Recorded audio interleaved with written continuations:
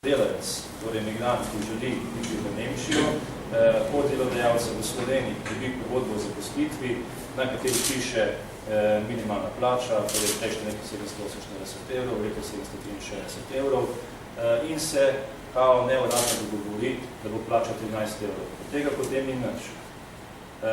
Hkrati mu delodajalec reče, da niti stikam naj ne dela svojih ur, naj se ne testuje ure, ker bo to delodajalec poskrbel. Ko pride delavec v Nemčijo, ni ne duha, ne sluha o novi pogodbi. V Nemčiji sami v bistvu se potem začnejo zelo veliki problemi, ker delodajalec začne na veliko izkoriščati tudi glede plačil. Torej prva plača recimo je nekje med 1300 in 1500 evrov, potem pa se iz meseca v mesec ta plača znižuje, torej pride celo na 600-700 evrov. Delavci obupajo, bodi si ostanejo v Nemčiji v nekem upanju, da dobijo še tiste male poplačila poplačana, bodi si pač grejo nazaj v Slovenijo in v takih primerih zelo veliko, kar tudi pridejo do nas za konkretnimi zgodbami. Moram pa povedati, da recimo v dejavnosti gradbeništva v Nemčiji, torej v določenih regijah, ki imajo to razdeljene po regijah, je minimalna urna postavka 13 evrov.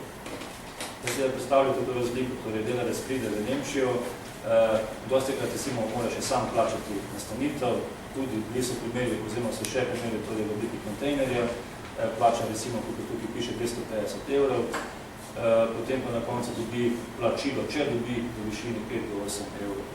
Zdaj na podlagi vseh teh informacij smo pripravili tudi konkretno seznam teh podjetij, za katero utemeljeno sumimo, da gre za kršitve pravic delavcev napotenih na delo v Nemčijo. Zdaj gre za v bistvu nekako ustaljen vzorec, torej neizplačilo plač oziroma nižje izplačilo plač oziroma polovico se izplača na roko, polovica se izplača na tekoči račun, potem neupravičeno izplačilo nadomestila iz sklada, iz tega pravnega sklada SOKABAV, tudi iz sklada zavarovanja, potem nadalje v bistvu gre v veliki meri tudi v bistvu za zelo veliko število nadur.